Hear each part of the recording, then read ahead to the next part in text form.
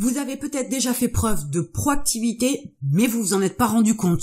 Je suis sûre qu'il y a des situations que vous avez vécues où vous avez été proactif sans même vous en rendre compte. Pour vous donner une définition simplifiée de la proactivité, c'est l'anticipation. Autrement dit, vous devez réfléchir et agir en lisant dans l'avenir, en anticipant ce qui pourrait se passer si vous prenez telle ou telle décision. Vous avez l'intention d'acheter un véhicule, vous pensez au budget que vous devez avoir, la manière dont vous allez effectuer le paiement de ce véhicule, vous pensez à l'assurance, vous pensez au contrôle technique, vous pensez peut-être à des pneus spécifiques suivant la région dans laquelle vous habitez, vous allez peut-être penser à acheter des housses d'intérieur pour pouvoir protéger l'intérieur, les sièges, les assises dans votre véhicule. Donc vous êtes déjà sur une démarche d'anticipation. Si on ramène ça à l'entrepreneuriat, vous allez par exemple décider d'ouvrir une boutique physique.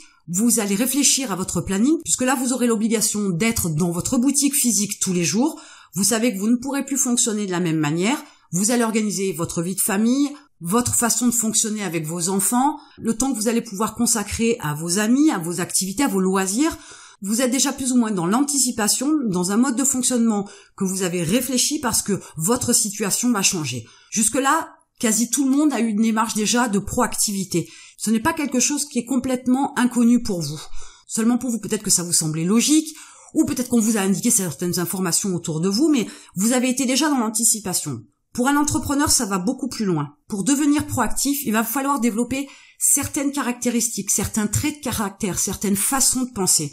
Alors, je vais vous en donner déjà quelques-unes qui vont vous mettre sur la voie que vous devez commencer à développer de façon à être sur une bonne démarche. Et je ferai d'autres vidéos qui vous permettront d'aller beaucoup plus loin dans la proactivité. Alors, une des premières choses à faire pour rentrer dans la proactivité, pour devenir proactif, c'est de réfléchir à votre avenir. Vous ne pouvez pas aujourd'hui rester dans la situation dans laquelle vous êtes et vous avez déjà dans l'idée de devenir entrepreneur, de monter votre propre business, de développer votre propre activité.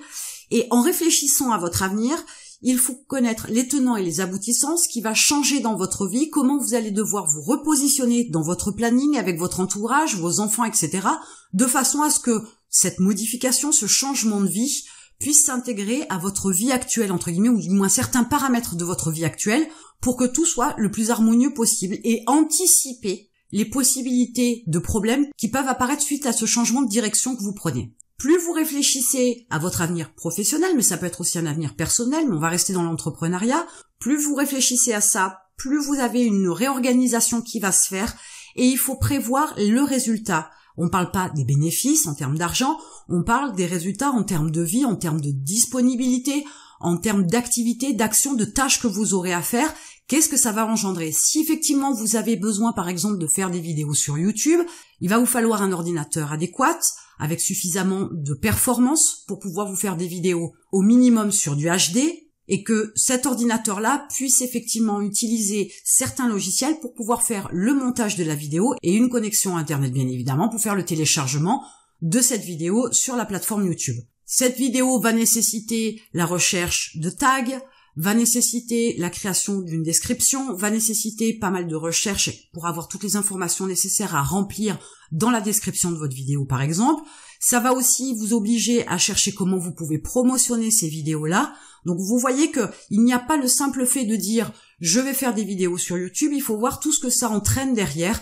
Et c'est cette anticipation-là qui va vous permettre aussi de vous mettre en place, de vous organiser de manière beaucoup plus efficace. En prenant les devants, puisque vous avez anticipé, en prenant les devants, vous gagnez en temps, en énergie et vous vous évitez pas mal de problèmes. Le deuxième point à faire, c'est se fixer des objectifs réalistes. Si vous êtes trop gourmand, si vous avez de trop grands rêves au départ, que vous voulez tout faire tout de suite et maintenant, ça ne fonctionnera pas. Dans votre anticipation, vous n'avez pas pris en considération que, effectivement, faire une vidéo YouTube ne prend pas 5 minutes comme vous l'aviez pensé, parce que vous pensez maîtriser le sujet et qu'en 5 minutes ça va être bouclé. Ce n'est absolument pas le cas. Il y aura tout un tas de recherches à faire avant pour trouver les bons mots-clés, les sujets, etc. Vous avez aussi un tas de recherches à faire pour pouvoir faire vos scripts. Vous allez aussi faire le tournage et le montage de votre vidéo. Vous allez aussi analyser les chiffres par la suite, de façon à pouvoir voir ce que vous pouvez améliorer, ce qui cloche, etc. Donc, ne pensez pas que vous pouvez faire 10 vidéos en 1 heure, que ce sera bouclé, qu'il n'y aura aucun souci. Ça va pas fonctionner comme ça puisque vos objectifs ne seront absolument pas réalistes. Bien évidemment, c'est en ayant fait des vidéos que vous allez comprendre le temps que ça va vous prendre. Vous pourrez à ce moment-là rectifier vos objectifs. Mais il vaut mieux partir sur des objectifs qui restent réalistes. Donnez-vous peut-être au départ 2 heures pour faire la première vidéo et petit à petit, vous allez améliorer votre processus, l'optimiser au maximum pour que ça vous prenne le moins de temps jusqu'à ce que vous puissiez déléguer bien évidemment. Donc pensez à déléguer, c'est déjà dans l'anticipation. Mais il faut se fixer des objectifs qui soient réalistes au départ pour ne pas que vous vous perdiez en route, pour pas que vous perdiez de la motivation, pour que vous puissiez atteindre ces objectifs facilement sans que ce soit une corvée, que ce soit contraignant, que ce soit difficile et que ça vous oblige à revenir en arrière. Dans les démarches à avoir pour devenir proactif, il faut commencer aussi à réduire, voire à supprimer la procrastination. Arrêtez de dire « Ah ben je téléphonerai demain ». Non, vous avez 10 minutes devant vous, ce coup de fil, vous pouvez le passer, passez-le. Il va en découler certaines choses parce que vous appelez peut-être pour avoir de l'information. Cette information va vous permettre d'agir, de déclencher des actions, voire de programmer des actions, et il va en découler tout un tas de choses. Donc n'attendez pas le lendemain, commencez par être sur une bonne démarche, évitez de remettre au lendemain ou à la semaine prochaine les choses que vous pouvez faire immédiatement. Comme ça, vous en êtes débarrassé, la question ne se pose plus. Et cette manière-là vous permet donc d'éliminer les tâches que vous pouvez faire immédiatement, mais ça vous permet aussi de pouvoir réfléchir une fois les informations récupérées, de pouvoir réfléchir justement à la suite, à anticiper sur l'avenir ce que vous avez à faire, à réorganiser peut-être votre planning, à déplacer peut-être un voyage ou à revoir vos vacances et à diminuer la durée.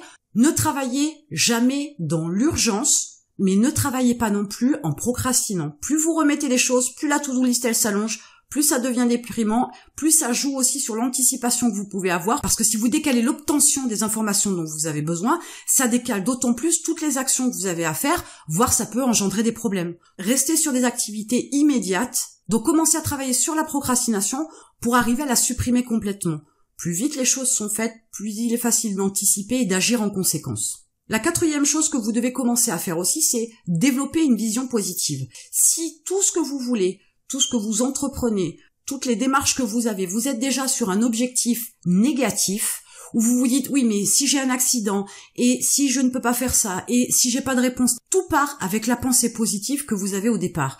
Si vous êtes toujours négatif, si vous cherchez toujours la petite bête, vous cherchez le côté noir de la chose, ou l'échec, vous n'obtiendrez que ce à quoi vous pensez. Donc il faut absolument être vaillant, mais positif, aller de l'avant et toujours se dire que tout est possible, que vous pouvez tout faire, parce que foncièrement, vous pouvez tout faire. Mais si vous avez une attitude négative, vous n'arriverez à rien, parce que toutes les excuses seront bonnes pour trouver un point noir et faire machine arrière. Et enfin, pour devenir proactif, commencez par travailler sur l'approche que vous avez, la vision que vous avez sur les problèmes que vous avez. Vous ne devez pas vous positionner en tant que victime concernant vos problèmes. La majorité de vos problèmes, vous n'en êtes pas victime, vous en êtes la cause. Si par exemple vous recevez un courrier recommandé de votre propriétaire parce que vous n'avez pas payé à temps le loyer, il y a de fortes chances que le courrier recommandé vous stresse un petit peu, sauf que ce problème-là, qui n'est pas vraiment un problème, vient de vous parce que vous n'avez pas payé à temps votre loyer.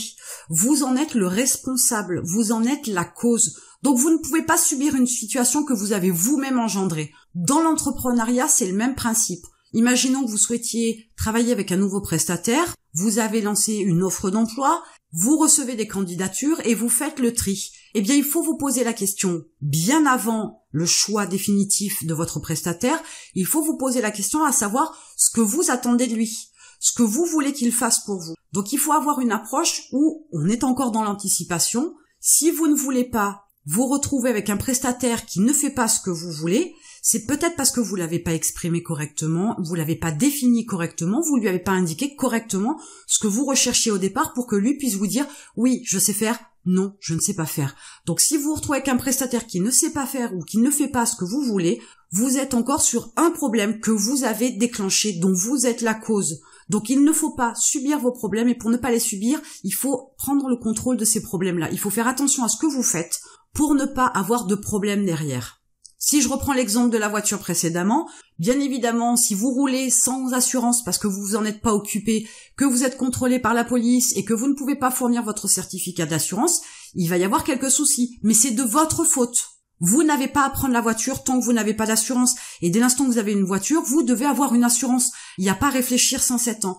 Vous êtes dans ce cas-là la cause du problème. Donc pour devenir proactif, il faut commencer à ne pas subir les problèmes et à faire attention à ce que vous faites pour ne pas engendrer des problèmes.